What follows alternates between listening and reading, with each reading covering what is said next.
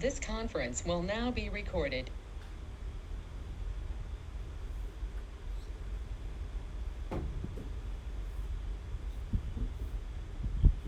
And this is not coming with with pictures, right? This will be only Yeah, I'll try to audio. play some. I will try to play some pictures also, some videos also before we start, because we have to remember what the superpower was trying to say.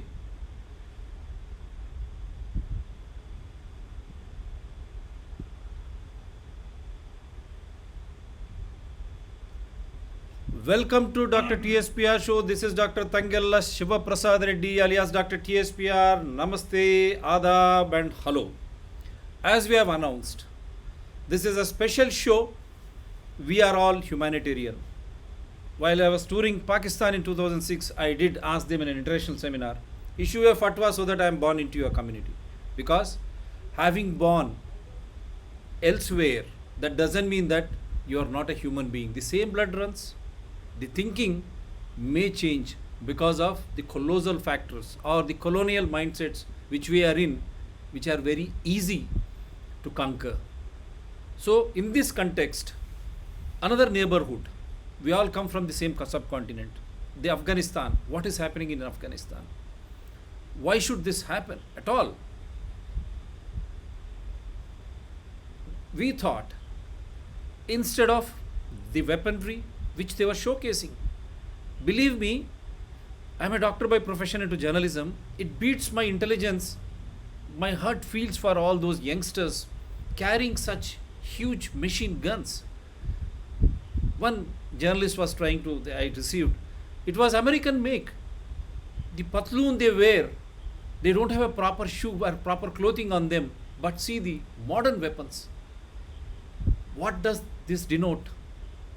That is why we have some wonderful panelists. First, let me introduce and then let me play some videos. And I would read certain things which you have sent, but I cannot read everything. And people from other guests from US are also to connect. We have again ever ready Sandeep Pandeji, Magsaysay awardee, and I need not introduce him beyond. He is also Vice President Social Party of India (SPI) from Lucknow, and we have an esteemed guest from Islamabad, Pakistan, Professor Abdul Hamid Nayarji, and as usual, our veteran who always calls spade a spade and who doesn't mince words, none other than Mr. Tapan Bose. Welcome to this special show, sir. With your blessings, I'll just try to play some videos so that people will remember what the US president, because I have titled it, every time something happens inside US, they're inland. And mind you, US is a land of immigrants. You, I, we all belong there. Maybe because whites are there, they have been dominating, and blacks migrated earlier. But the Red Indians, through which we try to extend our legacies into the land of immigrants. Every time, if there is some disturbance, why I'm telling you all this is, we, the subcontinent people, have been very innocent. Come August, Mr. Biden was supposed to withdraw the weekly $600 an individual largesse which has been promised and which is doing it. That has to come back. He said August is the upper limit.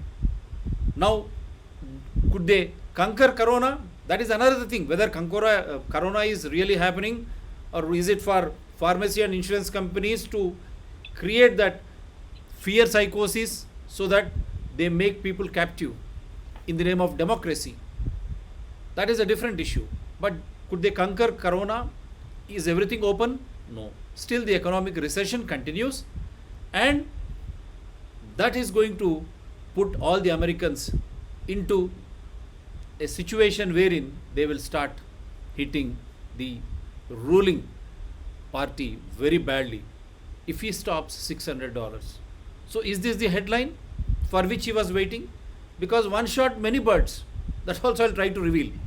The other aspect, he has very openly, because the Senate and Congress both warned China, come August to September or October, if you don't allow the WHO with the newly appointed committee to visit and to investigate or inquire the Wuhan transmission, they said we will act.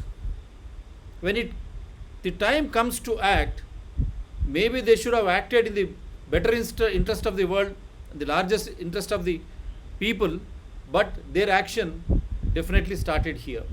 Yes, they say there was a dialogue with Baradar in Qatar, Doha, when Trump was there.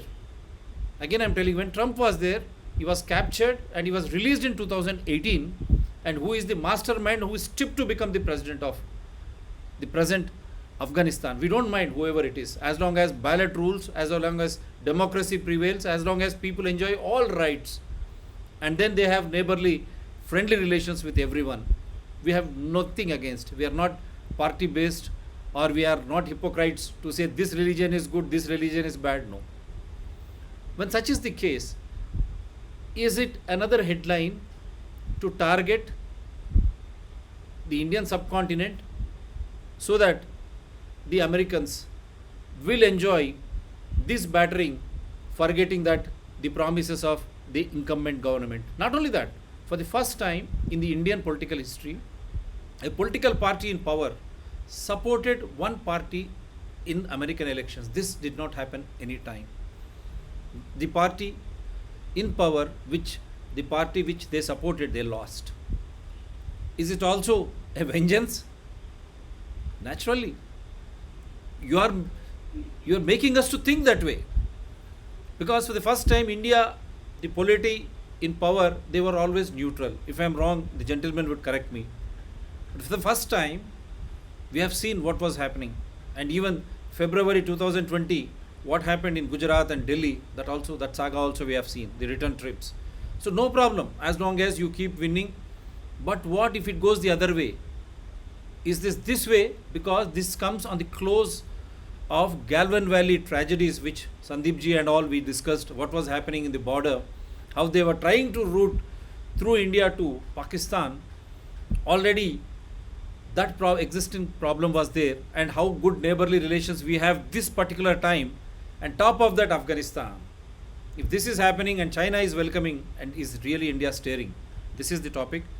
Just play one or two videos. Before that, if you would like to make some comments, you are most welcome, gentlemen, by the time I set everything right. Whoever wants to speak, you can. We are waiting for your questions. Okay, go on. नहीं आप बात कर सकते हैं साहब, तब तक मैं I am just trying to set up some videos which will try to play and remind the people at large. If you want to speak, meanwhile, you are most welcome.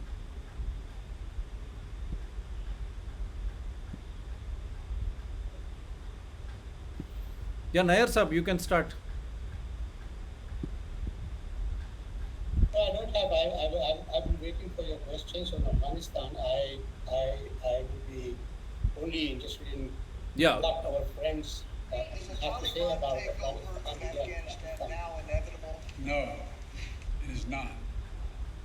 Because you have the Afghan troops at 300,000, well equipped as any army in the world, and an air force, against something like 75,000 Taliban. It is not inevitable. Mr. President, thank you very much. Your own intelligence community has assessed that the Afghan government will likely collapse. That is not true. Can you please clarify what they have told you about whether that will happen or not? That is not true. They did not reach that conclusion.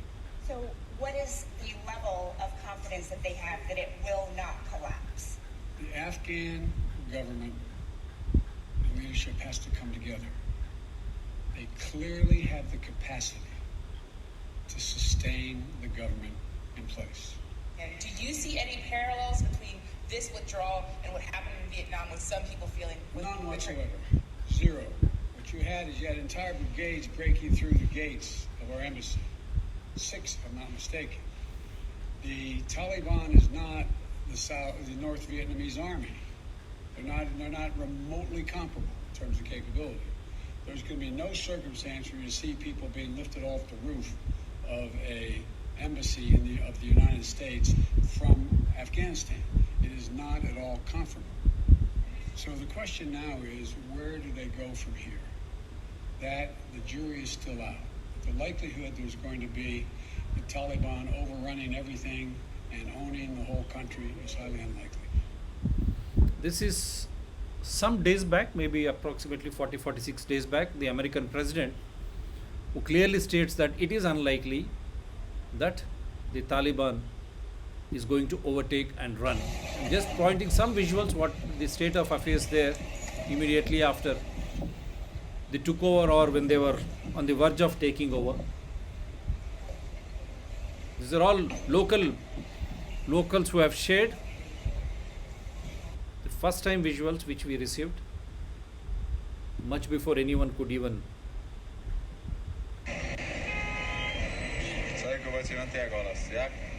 از صبح 8 بجه که نیم موتورها مقسم بند است تا بالا کلش بند است کاملا تا سر بند است مردم کلش پیاده میدوند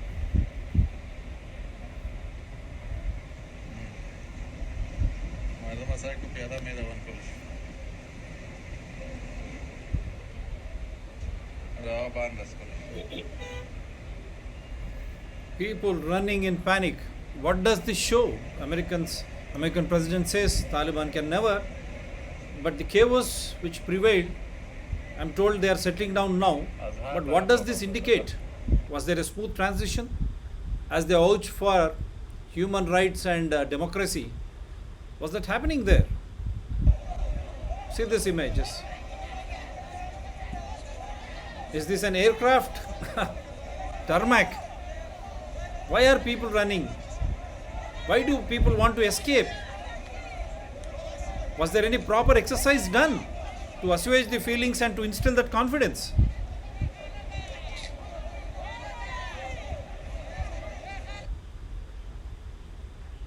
If this is the situation there, how badly it can affect the friendly relations or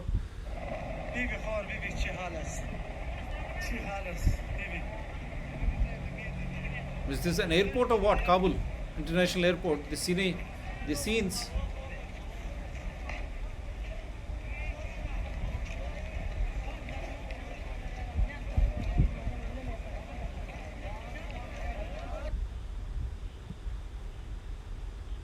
And how people got. Individuals are sleeping there. You know, these are. You can see this. It's early morning, but no process yet. So please ask from the Congress until to the POTUS, the President of the US, to evacuate all these individuals because their life is now really at danger. So they couldn't go outside. If they go outside, we don't believe on Taliban. They are slaughtering us. As we say, they give promise to everyone, but they slaughter and they kill them. So if you need more videos, then I will give it to you. I will cut you more videos. These are all original native videos which can be cross-checked. And this is another saga wherein people got hooked onto the wheels of the aircraft. How inhuman this is. See how people are falling to death. These were the originals which we received. And they can always cross-check.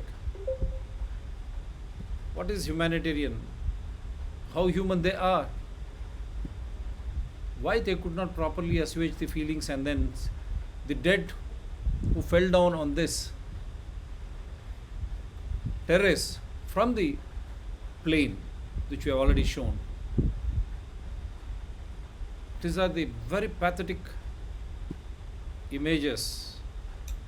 I feel very sorry for. Just look at this. The US Air Force plane.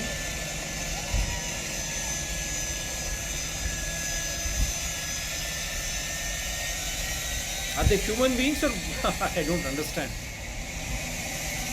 See how they got attached. Just to escape from that place.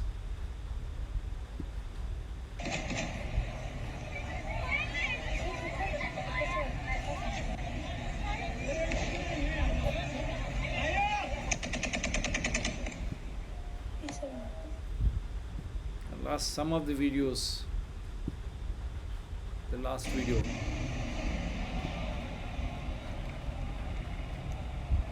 See, he fell there.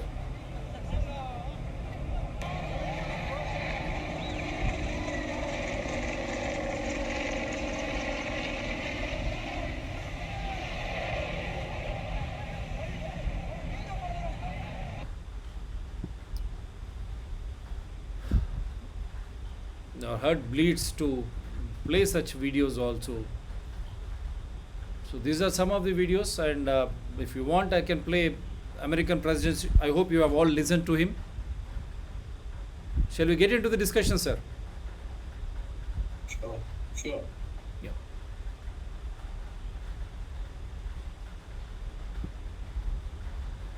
Nair Saab, Yes. what is happening in Afghanistan? Because you are so close to. Is this not a human tragedy? Why are people scared? Why are people running away? And see, they are clinging on to the wheels of a aircraft. How they fell from such a height. What does this show? This is a big moment for a very sad moment for Afghan people. There is this government they thought would stay for those people, which has been with it for about 20 years. That government crumbled. The head of the government ran away from the country, leaving everybody behind. And the people and the army, the 300,000 strong army, just melted away and did not offer any resistance to the Taliban. So I think this was a great betrayal of the Afghan people, particularly people of Kabul. A great betrayal of people of Kabul by the government which was in Kabul.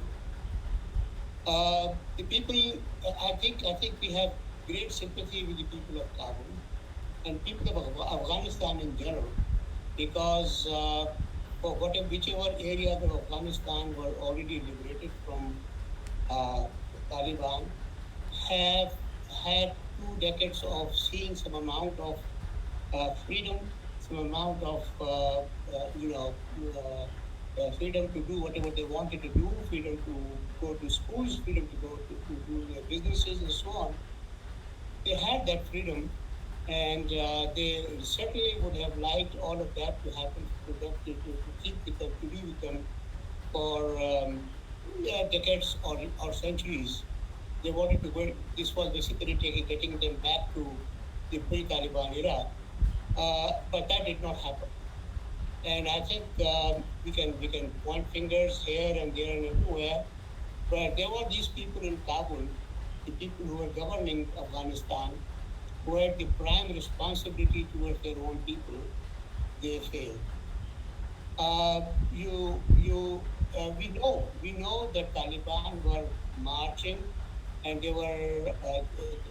We had for some months we had this feeling that Americans were going to go away, and they were going to abandon Afghanistan. We did not know, we did not expect that Americans will abandon Afghanistan in this haphazard manner, in this unplanned manner, and just run away. In fact, the president of the U.S. was saying that it is not going to be like Saigon, but it turned out to be like Saigon. And the first Afghan casualties was at the hand of American soldiers who were stopping people from getting on board the aircraft which was leaving. They had a responsibility towards thousands of people who were living in Afghanistan, who had been helping the U.S. forces and who were helping also the local government. They had the responsibility towards them, and they did not discharge that responsibility with conscience. So I think we have great sympathy for the people of Afghanistan. They were deceived, and also that now we are very we are very sympathetic towards the people because they are going to now live under the rule of Taliban. Taliban are showing a kind of a different face, but they are essentially fundamentalist people, and fundamentalist people cannot change very much. They change just a little, maybe they change just a little bit. They will remain the same, and they will also be very intolerant towards people not subscribing to their ways of living. So their orders and their way of living, their way of governance. So I think this is how it is, and we should be very sorry for the people of Afghanistan.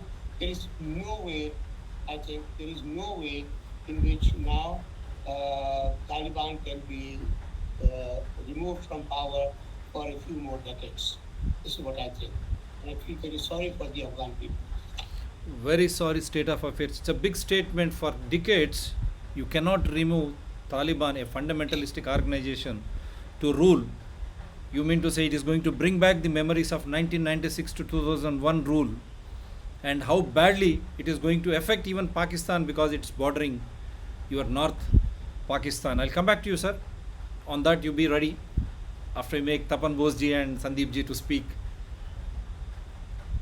Yeah, Tapan Bose ji, how do you look at this scenario? Who has created and who should be blamed? 2 decades from now, you can't expect Taliban to be out of Afghanistan. It's a big statement made by as Professor Nair said, and he has been watching it in Pakistan. He belongs to those people who are opposed to fundamentalism, who are opposed to military rule, and he's one of the very, very committed Democrats of Pakistan. And I have known him for years. Great respect for his understanding and knowledge of the area.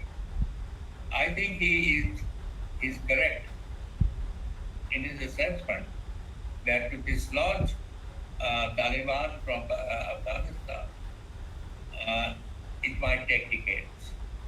There are 2 ways the Taliban can be removed from there.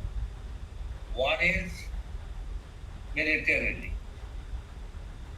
If the Taliban is defeated and crushed completely militarily, then it would require once again a big military alliance to wage a war on the Taliban. I do not see any possibility of that happening, and I do not see any possibility until and unless Pakistan, India, Iran, China, and Russia, the neighbors of Afghanistan, agree to that kind of a military intervention and also become a part of it.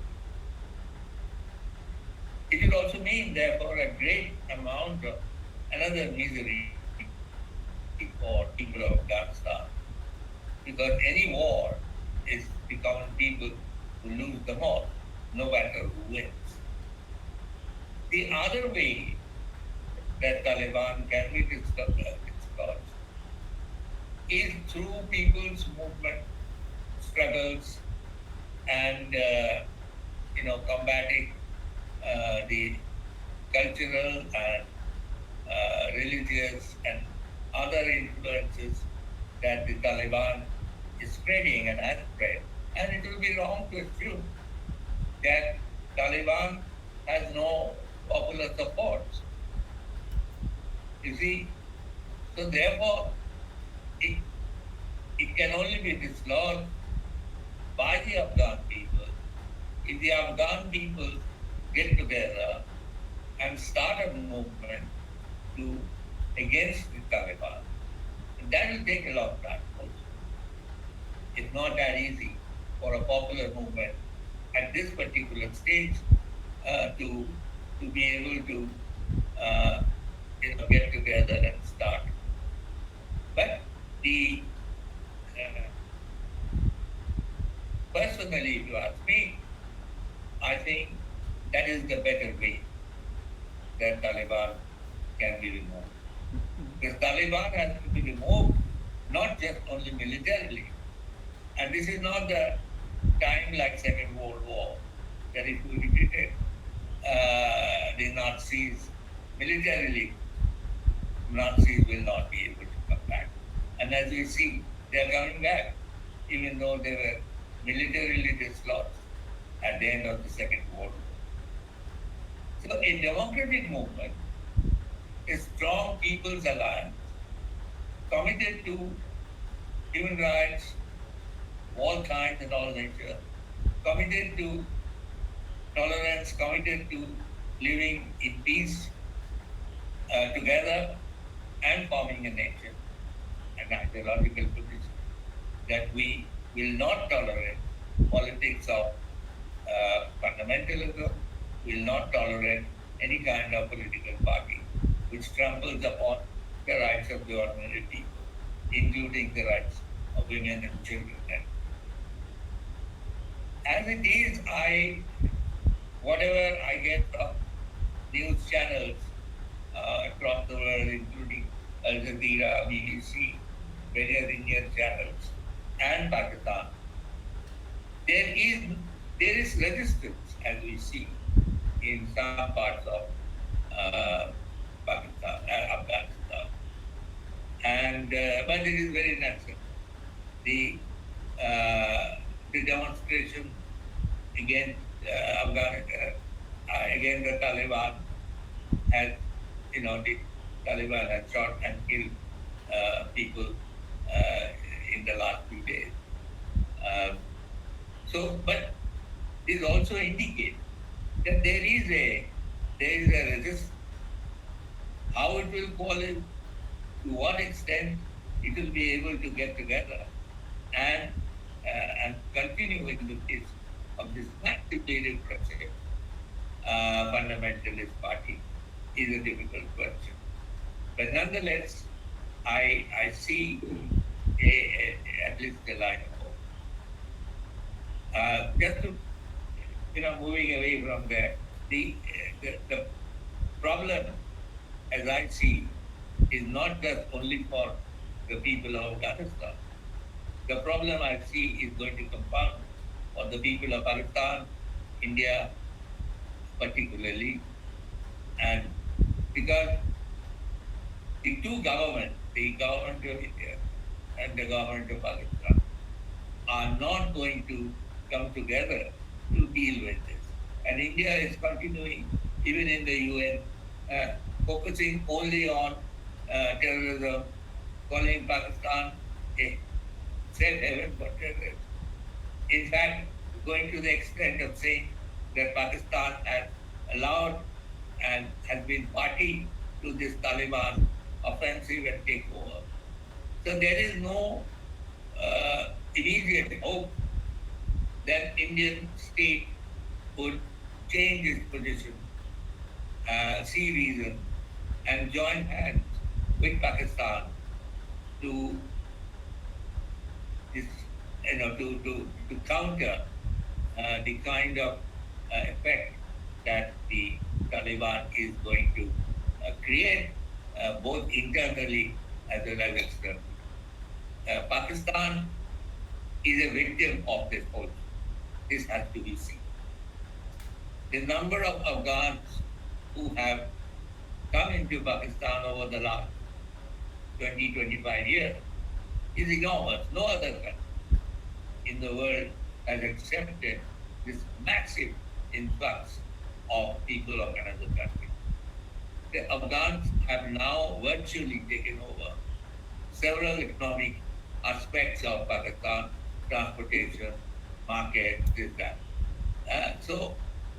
And they're not, they're not going to go away. And we're seeing a prospect of God knows how many, thousands or maybe millions over the course of next 5 years that Pakistan will be settled with. And how is Pakistan going to deal with it? Internally, Pakistan does not have the capacity, and the neighbors have to come together. Because if there is a massive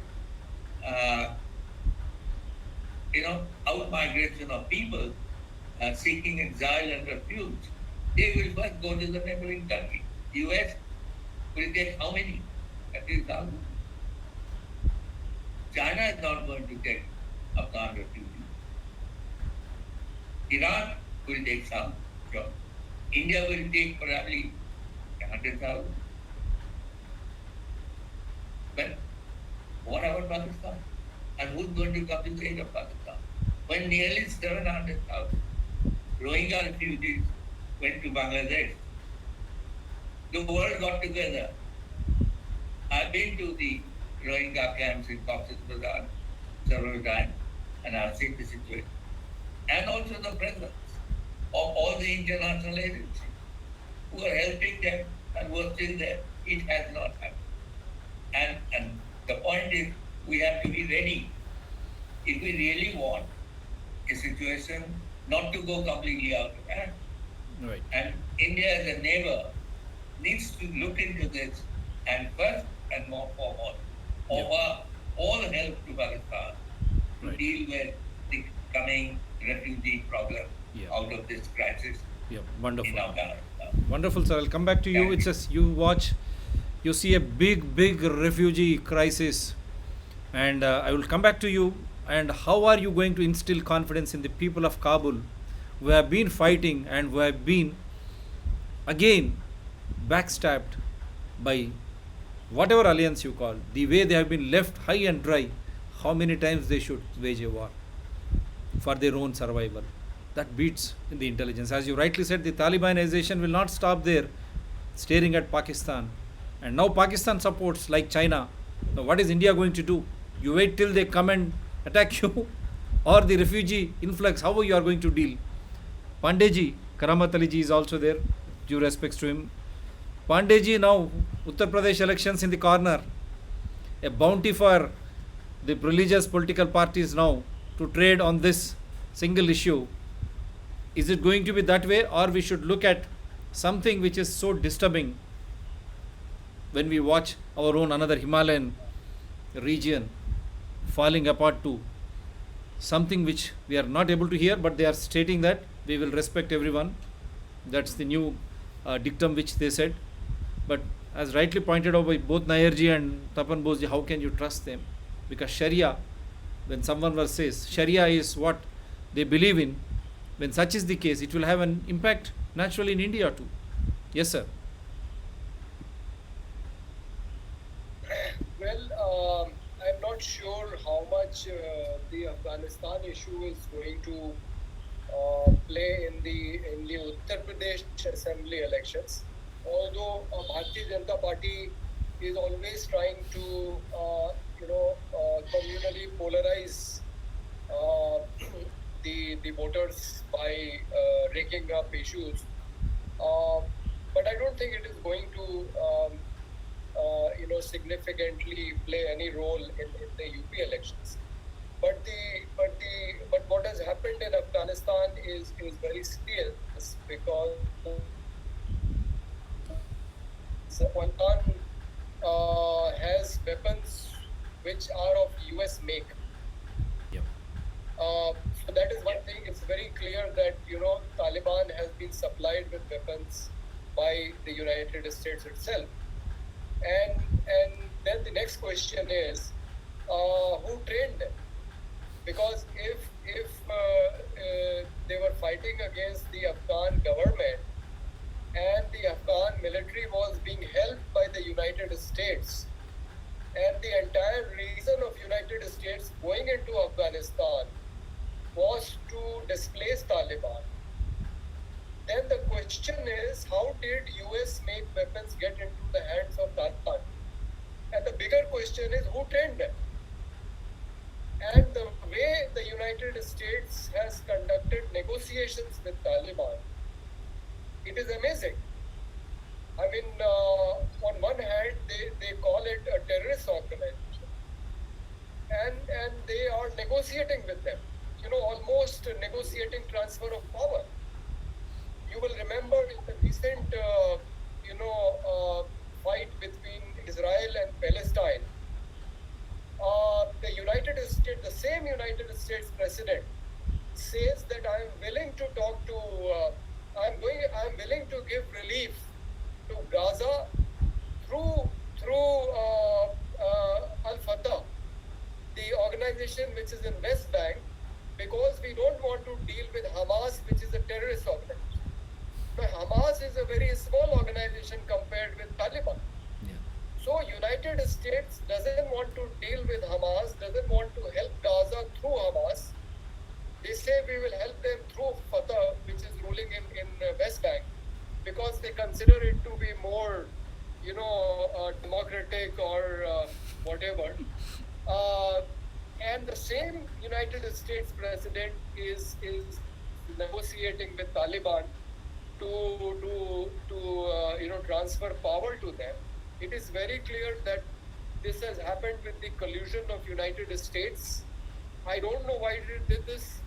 They intervene everywhere in the world in the name of strengthening democracy, and wherever they have went, they have weakened the country. They have weakened the government, and they have destroyed the countries and their population. You remember in Iraq how many children got killed just because essential supplies were cut off. So this is extremely serious. What was the whole reason? What was the whole point of United States being there for 20 long years? If in the end this is what had to happen. They went to displace Taliban, and they are coming out handing over the power to Taliban. And not only that, they have empowered them by giving them weapons, by giving them training. Otherwise, how do you think all those Taliban people that you see in pictures carrying these modern weapons got trained to use them?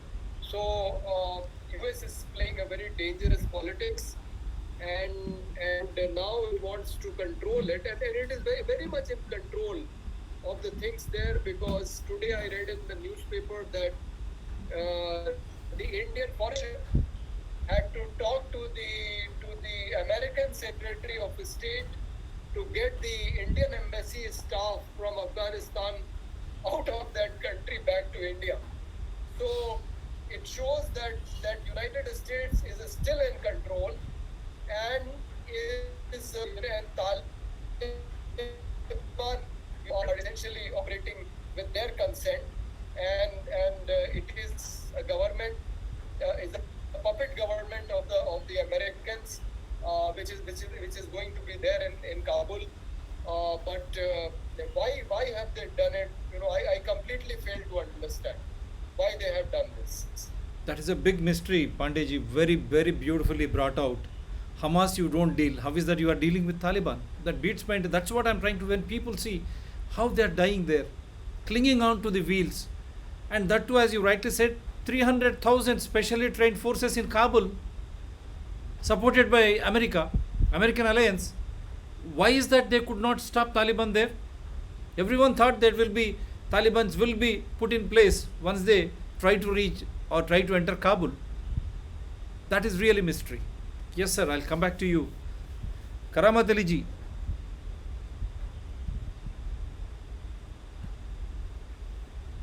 Karamat Ali ji, you just switch on this audio, sir. This red one should become green. This red one.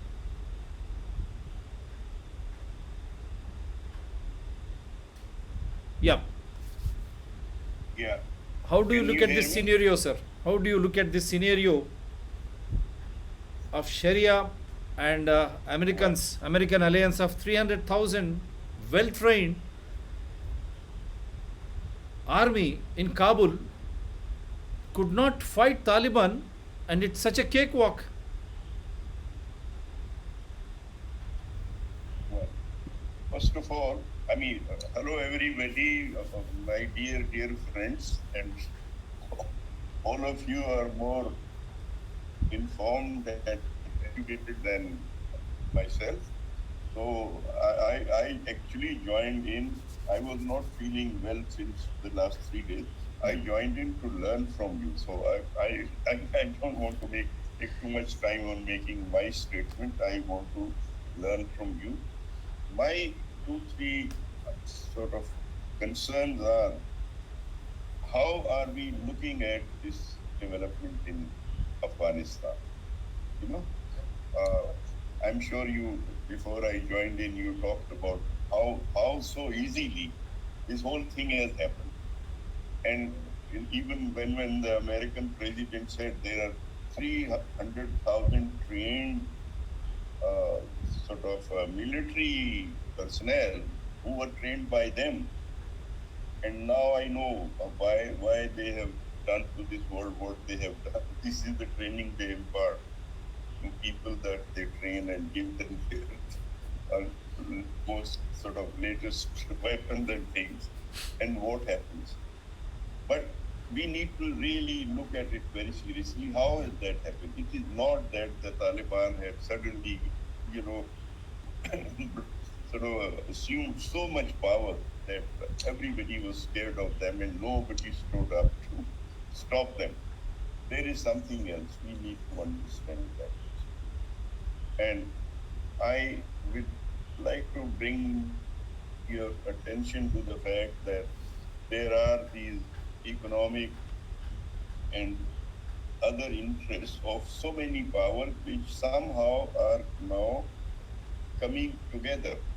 So, for example, both India and China need oil and gas from Central Asia as well as from Iran, and it has to come via pipelines going through Pakistan, right? Yeah. Then Americans have their own military interests, and even Russians have their interests because they are also part of these gas and oil pipeline deal, which is already underway. The 2 pipelines are already being constructed, and the Taliban had given their consent to support that because they have to go via Afghanistan. So we should keep that in mind, and those pipelines are essentially to be protected within Pakistan. So that is one part of the issue that we should keep in mind. The other thing is, how are we looking at this issue? Is this an issue of a single country vis-a-vis other countries in the region, which is Central Asia as well as South Asian region? Unless we start looking at it as South Asian and we revive this dead SARC process, which has been made dead by especially India and Pakistan ruling people. And it's a shame. For 5 years, this SARC does not exist. And Afghanistan is a member state. We are not talking about, are you still committed to the SARC charter and the conventions of SARC? You may have your Sharia or whatever, but are you part of SARC or not? And we cannot afford to let Afghanistan not be part of SARC. So the only 2 issues I wanted to bring into this discussion is, first of all, how do we look at this whole issue as South Asian, and how do we, and we can only do it as South Asian if the SARC process is revived. And I think we should ask all these rulers, especially the larger countries, India, Pakistan, Bangladesh, but all the 8 countries. People of these 8 countries should be mobilized to demand a South Asian solution to the current situation. If we don't have a South Asian solution, we are all doomed. All these big powers will play their own games, and as a result, for example, how do you explain the Indian government was not talking about Afghanistan in the past 6 to 8 weeks at all. And from within South Asia, that state had the largest stake in Afghanistan in terms of investments, etc. Pakistan had geopolitical kind of concerns, But India has the largest economic concern, and now the Chinese were coming in. So they are not talking about it, and it seems such a sort of, lovely transition taking place. It's not. It's a facade and it's a fraud. So we can only deal with it if we decide to take it up as a South Asian issue. And my request to all of you is that we should organize, we have a People's SARC process, we should organize the conference wherever we can in the next few weeks. And we ask all these bastards who are ruling South Asia to immediately convene the SARC summit. The last time it had to happen was in November 2016 in Pakistan. And unfortunately, at that time, the Indian government sabotaged it. We, as people of South Asia, should have our own summit, and we should force these people to organize a summit and talk about Afghanistan there. Otherwise, there will be no solution to Afghanistan. We are all looking at all these Taliban sitting there with their pagdis and things and making speeches and have their translators, and they are looking so nice. I mean, they are even talking about women have rights. So, I mean, even you talk to them separately and ask them if your mother has any right over you, they will say no. It was all my father. So I think it's a very serious situation. Yeah. And I would like to only request all of you that we should revive the South Asian SARC process, official process, as well as the SARC people's process. And we have to come up with something that we demand from, I mean, the only sensible statement that I have heard from a head of the government is from Justin Trudeau of Canada. I don't know if you have seen that. He made this statement today that the Taliban have taken over of Kabul by force. It's not a democratic transition, and we will not recognize this vote. Okay. First, everybody else is saying that. So my request, I will now listen to all of you. I don't want to take any more time, that we should focus on these two parts. That we do our own act. We have not done it since 2016. We should try to organize the People's SARC conference in whichever country we can do it. And we should force these rulers of the 8 South Asian countries to convene a SARC summit and discuss these issues. And we should demand a right to also contribute into that discussion. Thank you. Wonderful. You have already led the way, and I assure you, we can connect people from wherever you are. Through this, we can do n number of SARC such conferences and to build public opinion so that these governments will change their attitude. I am ready. You can connect whenever you want. Sandeep ji is already there.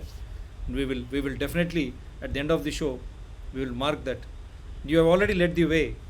You have got some finer points. So, Nayar ji, how do you look at this issue? Because this is our own problem and we should sort it out. And now there is a big conspiracy. All of us have to agree.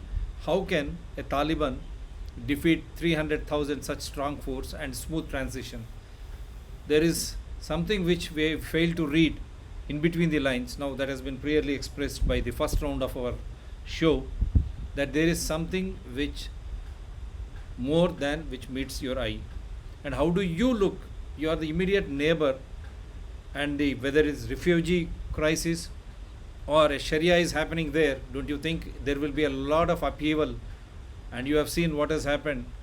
Another terrorist got killed in Pakistan itself, in Islamabad itself, US, by US. How do you look at this scenario? You switch it on, sir. Yeah, please. Okay, yeah. The point is that I don't think I have any good idea on why Taliban just walked in like this. I don't know. And I have heard so many people giving explanations, and none of those explanations actually sound any good. The simplest explanation that comes to my mind is, if the US had already said that it's going to leave, then others who are contenders of power will get encouraged and will start doing something. And Taliban had already started to assert themselves in Afghanistan for quite some time, and they had their pockets, and they knew that as they had, the strength, and they had tested themselves in various places and found that to be effective. They went around and closed down the gates, etc. And they started to collect revenues, etc. So I think they tried themselves, and they found that they could do it. So that encouraged them into expanding rapidly. I think the Afghan force, the way it melted away, surprised everybody, and we have already talked about it. A group of soldiers crossed the border into Pakistan and took refuge over here, and Pakistan actually, received them and also sent them back to Kabul afterwards safely. I think there was a problem of leadership in all that, and the leaders were not aspiring enough to aspire, and they had no will to fight. And the only explanation I have is that there comes such moments in history where some of the forces you don't expect to overpower others, they do, and that has happened over here. I think that has happened now, and some people will blame the US, some people will blame other countries, but I think the Taliban have proved themselves to be to be good at making use of whatever opportunities they get. That is there. What happens now? I don't know. I mean, Karamat's suggestion on People's Sark and SARC itself doing something about it. People's Sark certainly can be a good movement, which can start from here. Yes. But how can People's Sark impact the situation inside Afghanistan is unclear to me. Yes. And similarly, how can the actual SARC, official SARC, interfere in any other country's affair on who should be the ruler over there and who should not be?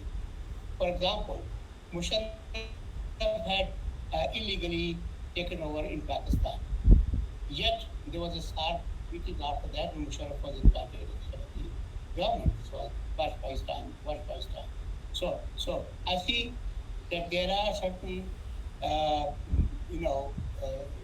certain ways in which the international diplomacy works, and in which you accept whoever is ruling over there to the government. The only thing SARC can do is actual SARC head of states, if they want to hold a meeting, they will simply not invite Taliban to their meeting. They'll say that we don't recognize you, so we don't invite you. And then we talk about what to do with Afghanistan.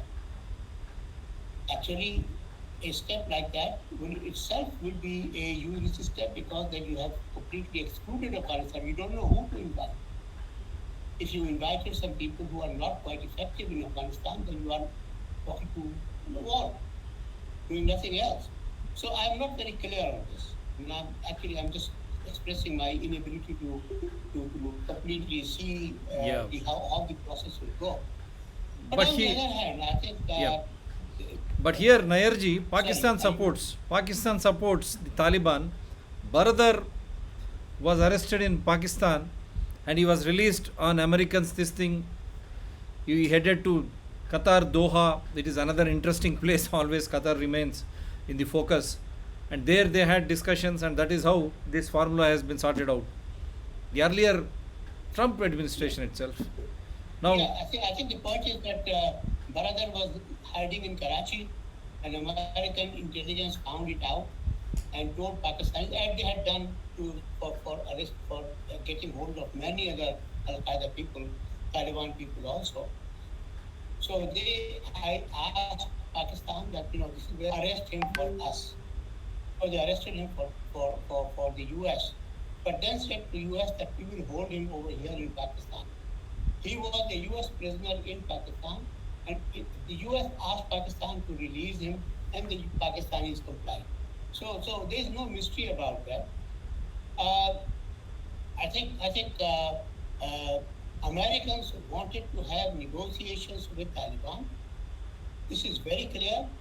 For quite some time, they wanted to hold negotiations with Taliban, and they wanted to hold these negotiations at times not in the presence of the Afghanistan government, but away from it, just bilaterally. So which means that they had certain things to decide between Taliban and the US, not collectively among all these stakeholders.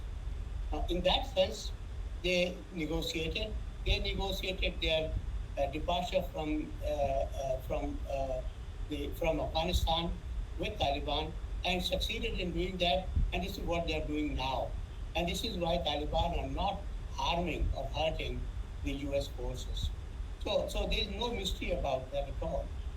The point is that now what?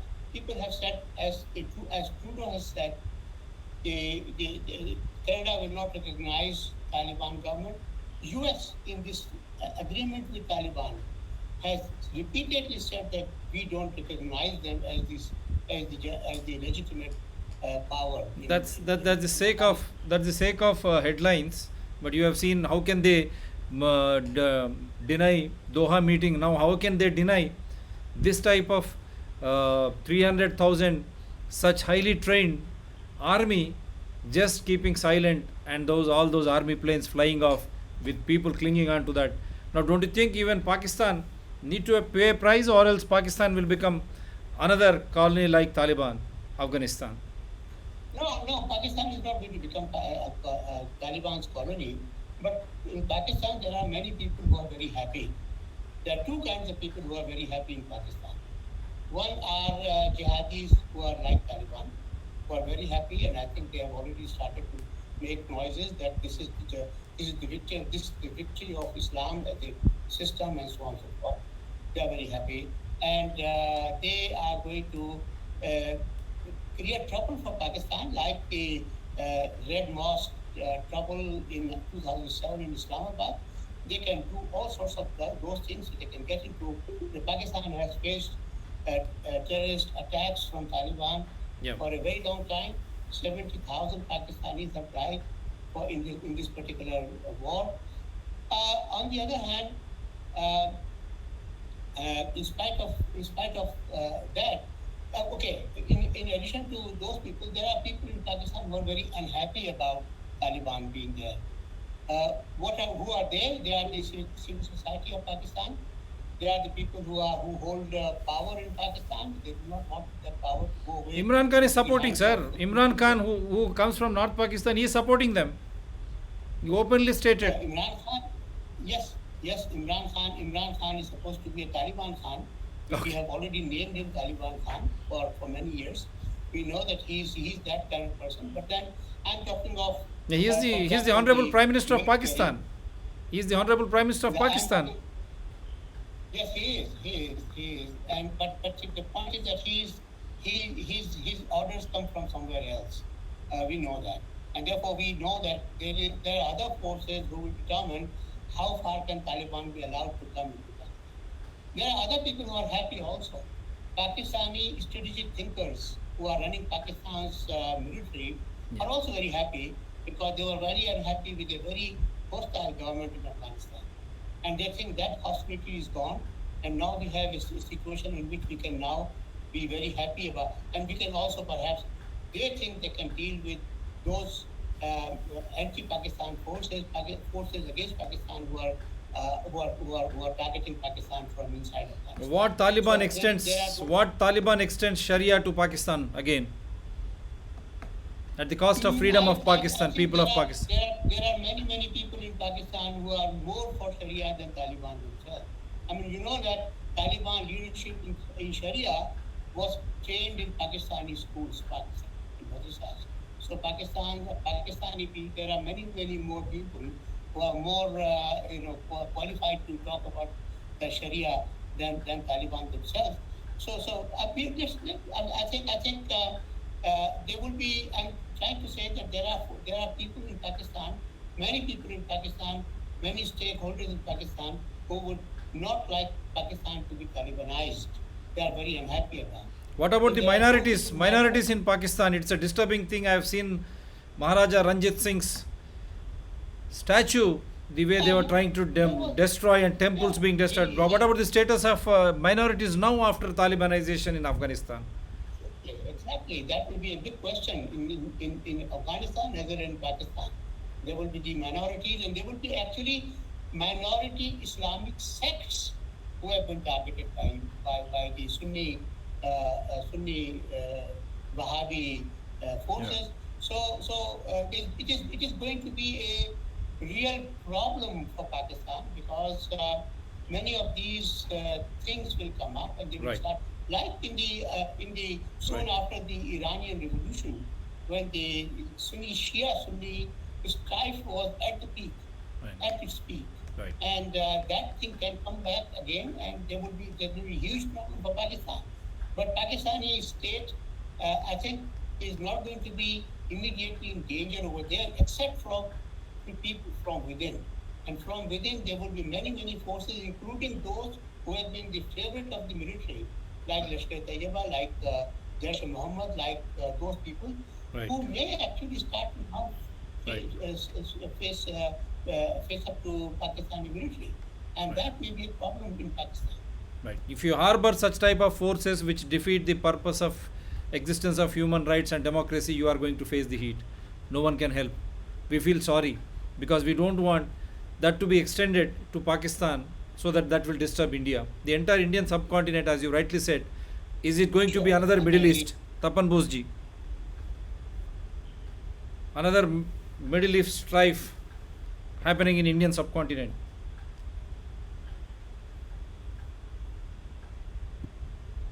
Tapan-ji. You are muted, Tapan. Tapan, you are muted. We will be disturbed. There will be serious hackings and all. And I want to apologize.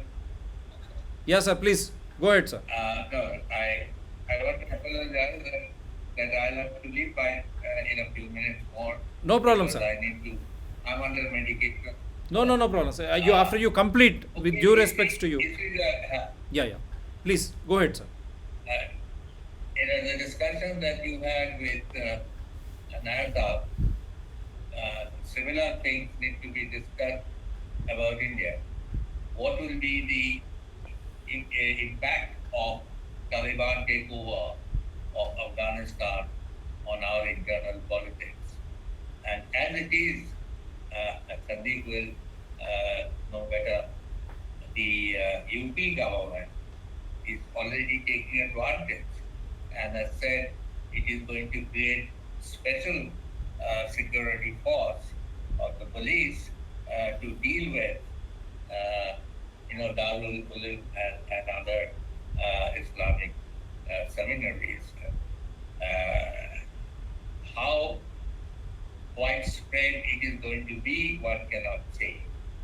But I think one of the serious repercussions or the fallout of the takeover of Afghanistan by the Taliban is going to be using of that by our own Taliban, the Hindu Taliban, the RSS, and this government, which is the handmaid of the RSS. You will remember the Prime Minister began his life as a pracharak of the RSS, and how the BJP actually has been transformed into nothing but an arm of the RSS. I am very seriously worried about how this is going to be used now against the Muslim minority more serious manner. They already have. I mean, you're talking about jihadis in Pakistan, which is, we have all known, and we did not expect it to happen in India. But we have Hindu jihadis, and this has been, pointed out by the Congress government in the past. But now nobody talks about Hindu jihad. But what are all these? The Gauraksha, the various Hindu Sena, the so-called Bahinis, they are all similar in their behavior, in their modus operandi, like that of the various jihadi organizations in Pakistan. We are today, as Fahmida Riaz very poignantly said, कि तुम भी हमारे जैसे निकले, and we have actually, proved that correct. So this is, as Indians, we need to factor in as an internal impact how this regime will use it against our own. But don't you think, sir? Don't you think even one? Don't you think All India Majlis Ittihad al Musliman? It is one. It is like another Muslim league who is playing and helping the other party. Then how can you just put a finger at BJP only? Yeah, MIM, at least Didi could stop in West Bengal. But do you see large chunk of votes they garner, and now they have got presence in Maharashtra and UP. Now it is going to become an all India party professing only on Muslim minoritism. And how long you think we should be calling minorities and majorities? Don't you think the game should end and we should always call as Indians? We should have one common law wherein every citizen, irrespective of caste, creed or religion, enjoys every welfare and developmental activity. There should not be any pointer to religion or caste or creed. Don't you think so, sir? It's an ideal situation. But as you know, democracy itself is based on majority-minority. Minorities in any country are under pressure today. And India, they have been right from the beginning, even through the 70 years of independence. You have only to look at the report of Justice Satcher about the status of the Muslim minority in this country. So it is not just, what BJP says. The truth is that the Muslims are under pressure. They have been marginalized. They have been otherized. And they have been, at the receiving end of the violence. So, yes, All India Ittihad is a party based on a religious identity. But so is the bloody RSS. But you so should. Is the BJP. But you should, because I come from Hyderabad. I still stay in Old City. I have not moved out. Yesterday we were in majority. Today we are in minority. I am not trying to blame anyone here. But here is the number game of electoral politics. And they have taken over 7 seats and 1 parliament seat forever. And certain sector of corporation seats forever. How can you allow this type of situation in one place? The question of allowing or disallowing doesn't matter. This is the election game. And if there are people, they have taken over by force? No. They have taken over because people support them. In Bengal, we have so many complaints against Mamata Banerjee. We know how the government has been extremely, violative of the rights of certain people, but people have supported her. Similarly, unfortunately for us, people have supported this curse called the BJP rule on us. So, it's a funny kind of doctor. But don't you think? They have taken over. Yeah. I think. You are already. You have given us some time. Afghanistan Talibanization. Old Lucknow, or when you come to Hyderabad, Old City, only one sect. Don't you think Sachar committee also should apply to religious minorities like us also there, so that these things will not change? Yeah. It is not just by the question of electoral votes that you dictate. In a democracy, it's human rights, and that is the constitutional aspects should go. Every individual should have all those rights.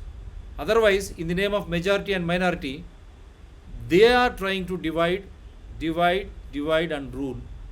How does this fashion our people participatory constitutional democracy? I don't understand. The same party goes out to Lucknow, the same party goes out to Maharashtra, they preach something else and they garner votes and they are helping others to win, and they are not only the others to win, the dangerous trend is you are also garnering votes on the name of the community, religion. That is what we were writing to Election Commission of India. What is that Election Commission of India is doing? That really beats my intelligence. Anyhow, sir, would like to make any passing comment so that I can say bye to you, because you are literally suffering. I don't want to hold on to you for long.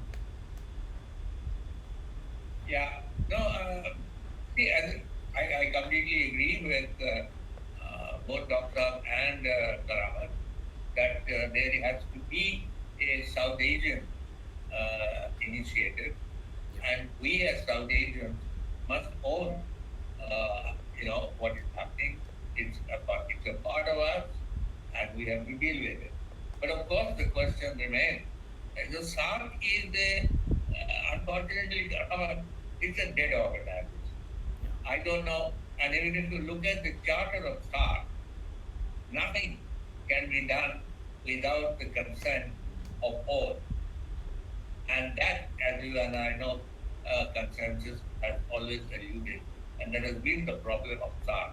So SARC not only needs to be revived, SARC also needs to be reformed. And the question that therefore will remain: how are we going to Afghanistan, which is a part of the SARC? Yeah. How are we going to who is going to be invited? You cannot invite Taliban. Taliban has not come to power through any legitimate process. The transfer of power has not taken place. They have grabbed the power. They have grabbed the power of state they claim they have. Of course, as has been pointed out, with the indirect support of the very imperialists who created this fiction of a government in Kabul. And as you can see, the moment America decided to leave, everything collapsed. And the 300,000 soldiers, why they collapsed, how they collapsed, look at what happened in South Vietnam. There's a whole history. Yes.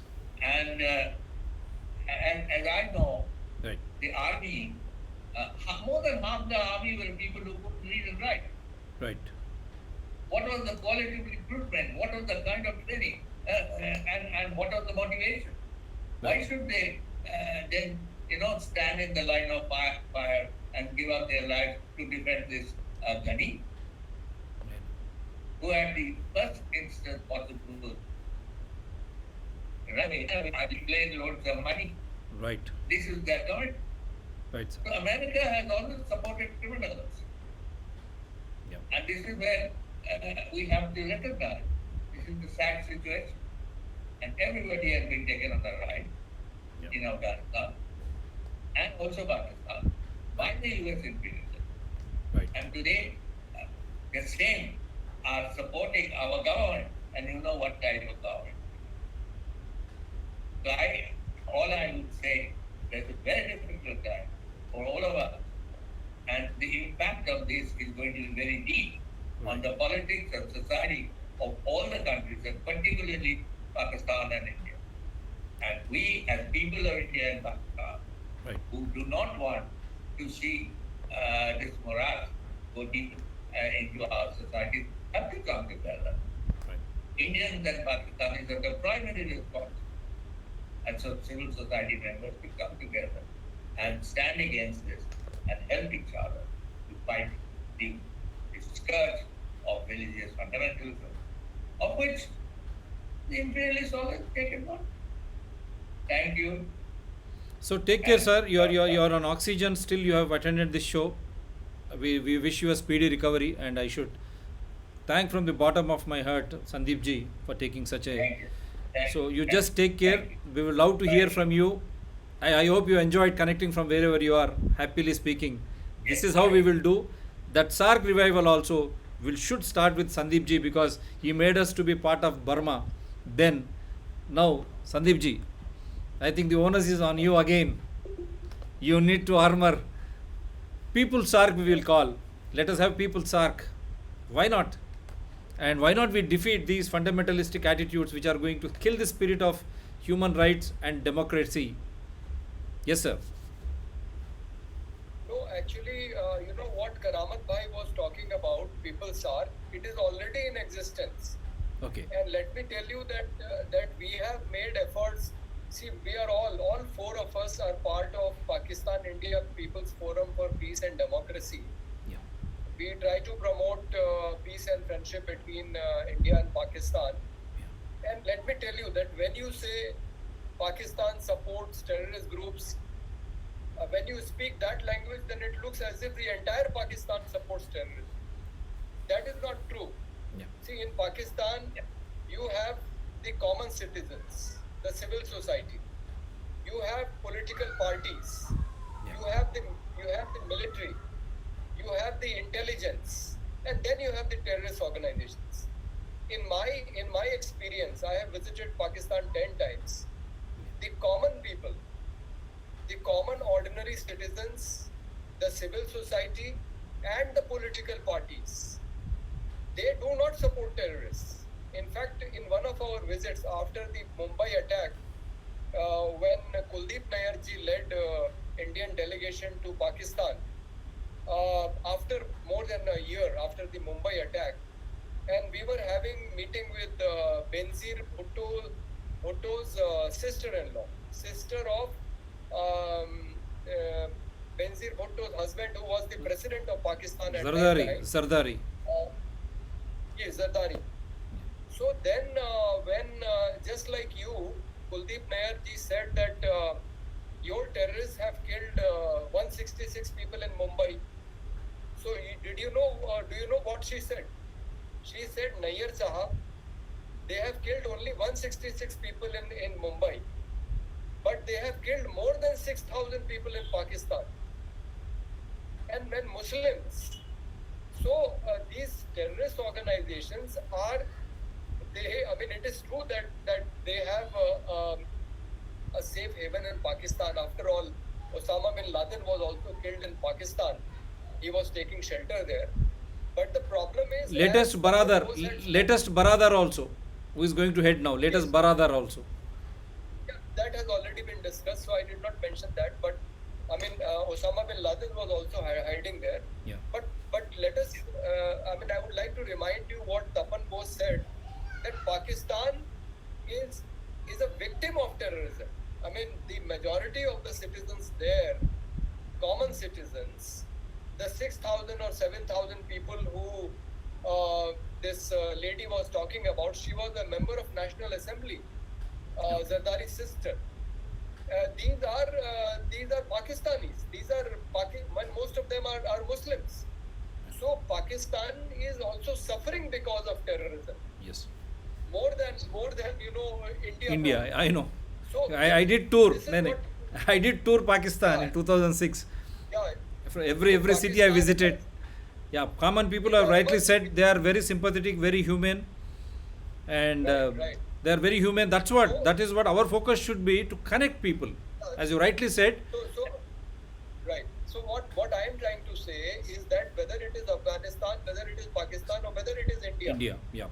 there are both kind of forces. There are forces which are fundamentalist, and fundamentalists will always use violence.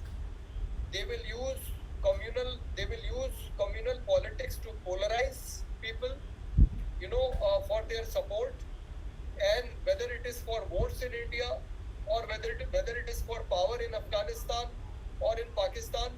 And then there are people who want democracy, who want human rights. I'm sure all the common of these the pictures that you showed, the people who are at the airport trying to escape Kabul, they are not foreigners. They are Afghan and they are Muslims. Yeah. Right? Native, aborigines. They are afraid of Taliban. That's what. They are the kind of people Yeah. who would like to see democracy in their country. Yep. They would like human rights, they would like women rights, to be there, preserved. Yeah. So most of the people, common people, actually in any country, want democracy, human rights, and secularism, to prevail. Yes. But unfortunately, these right-wing forces, whether in India or Pakistan or Afghanistan, are destroying our democracy. Yes. In Afghanistan, it is very visible that a terrorist organization is taking over power. But in India, also, if you look at all the indices of democracy, human rights, women's rights, in all these indices, India is going down because we have a right-wing government in power, and it is slowly making compromises. It is going against our constitutional value. You are talking about AIMIM. I am not a supporter of AIMIM, let me tell you, because my own candidate, Socialist Party candidate in Hyderabad, Lubna Sarwat, was threatened by AIMIM. They wanted her to withdraw from the election. So we are definitely not their supporter. I did make a live show. I did make a live show with her. No. I exposed that day. I was doing midday politics. She came on to my show, Yeah, but and how our even voting card also was put in under this thing. Yeah. no, but I wanted to mention that why is Owaisi gaining ground in India? It is in reaction to the right-wing politics. BJP also is using Hindu majoritarian votes. At this time of crisis in Afghanistan, the government is making a statement that we will only rescue Hindus and Sikhs in Afghanistan. What about the Indian Muslim citizens? The Prime Minister has not even said a word about the Indian journalist Danish Siddiqui, who was killed by Taliban in Afghanistan. Not a word of condolence for him. So if the party in power, if a big party like Bharatiya Janata Party will play communal politics, will try to polarize the voters, will try to get only Hindu votes, then obviously there is going to be reaction, and the reaction is coming in the form of Owaisi. So you have to realize this. And this is history, that it was not Muslim League which demanded the partition of India for the first time. It was Hindu Mahasabha. Mr. Savarkar, in his speech in 1937 in Ahmedabad, for the first time said that India is two countries, Hindus and Muslims. And it was only after he said that Muslim League picked up the two-nation theory, and then the rest is history. I know. Had India and Pakistan not been divided, you can imagine what a strong country we would have been. Yeah, that's So really. try to differentiate between communal fundamentalist forces who are anti-democracy, anti-human rights, and the people everywhere. Everywhere. We are very clear, Sandeep ji. We are very clear. Yeah, Whichever party, whoever it is, because we are not against parties or organizations, but human rights violation lead to yeah, democracy being sabotaged, the process of democracy being sabotaged, we are there to highlight, oppose, and see to that people get enlightened so that the democracy is restored. That is what we are trying to do, and we will do it, come whatever may, wherever it is. right. Wherever it is. Yeah, and I think in that context, the idea of Karamat Bhai, that people of all these countries, Afghanistan, Pakistan, India, and even others, Bangladesh, Nepal, Sri Lanka, they have to come together to make the people's power strong in South Asia, Right. in the form of People's Sun. Thank you so much. Wonderful. That is a good initiative. Now I think you have to lead the movement again with regular conferences. I am ready to host. That much I can tell you. First, let us have this people-oriented approaches, because connecting people from wherever they are, that is how we can build a public opinion, including people. We will invite people from Afghanistan. When people were dying, falling, I was feeling aghast, because they are also like us. They are also like us. They wanted to escape just because they were feeling and fearing that democracy will be no more in those countries. Shiv Prasad ji, I would like to take leave because I have a guest from Moradabad who has to catch an overnight train back. Right. I'll end now. I'll end with Mr. Karamat Ali ji, and if there is any passing statement Nair ji would like to have, Yes, Karamat Ali ji. Anything to add? We'll just say bye.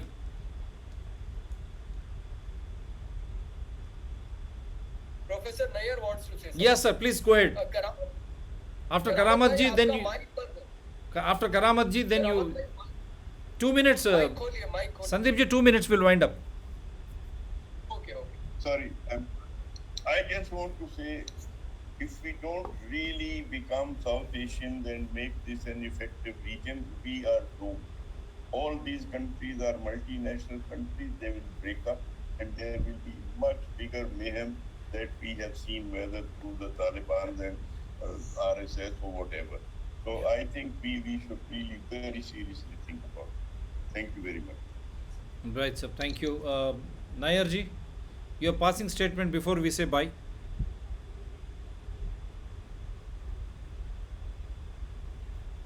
Nair sir, mic calling. Nair sir. Yeah, I'll call you on the live show.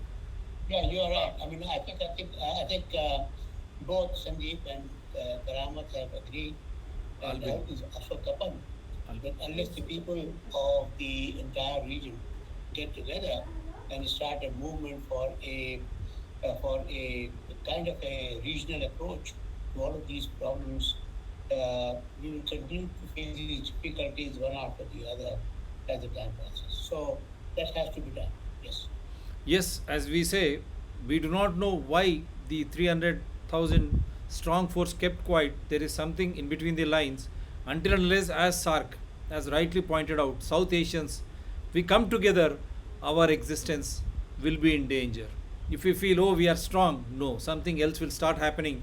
You have seen how Americans moved away, leaving the innocent citizens of Kabul aghast, how they were running helter-skelter. They were even clinging on to the wheels of an aircraft. What is this? This is heights of human misery. And how could they keep quiet? Why they have not ordered an inquiry? An American state which always vouches for human rights and democracy, they should come out clean and say what happened, why they had to leave, what is there any economic understanding wherein it is forcing all these countries like Pakistan, India, China, everyone to keep quiet at the cost of misery of the people of all these regions. So let us revive the spirit of SAARC, and we will sooner will be coming out with regular conferences. Mind you, we are all here. We very clearly say we are all humans. We have nothing against any party or organizations, but at the same time we vouch for the freedom, the human rights, and there should be people participatory constitutional democracy everywhere. Everyone should have a right to speak and live their life. Thank you, sir. Take care. Good night. We'll soon meet. Thank you very much. Take care. Very much. Take care, Nair ji. Thank you very much. Thank you very much. Thank you very much. You are hello, Dr. Sir. Sir. You are in the city which is my birthplace. Oh, that's great. I did Hyderabad city. Yeah, when I was visiting Karachi, there also I saw Usmania Hospital. We will speak up. Wonderful. Okay, thank you. Now I am beaming the show live from Kerala. I am son-in-law of Kerala because I came over here. From here, I am beaming this show live to the world. Okay. So take care, sir. Good night. We will meet soon. We will have regular. Light in Islam in Pakistan. Yeah. Kutti Saab. Kutti Saab was a great person. Did you know him? Did you ever meet him? Kutti Saab? No, sir. Here in Kerala, you mean to say? He was a Kerala B.M. Kutti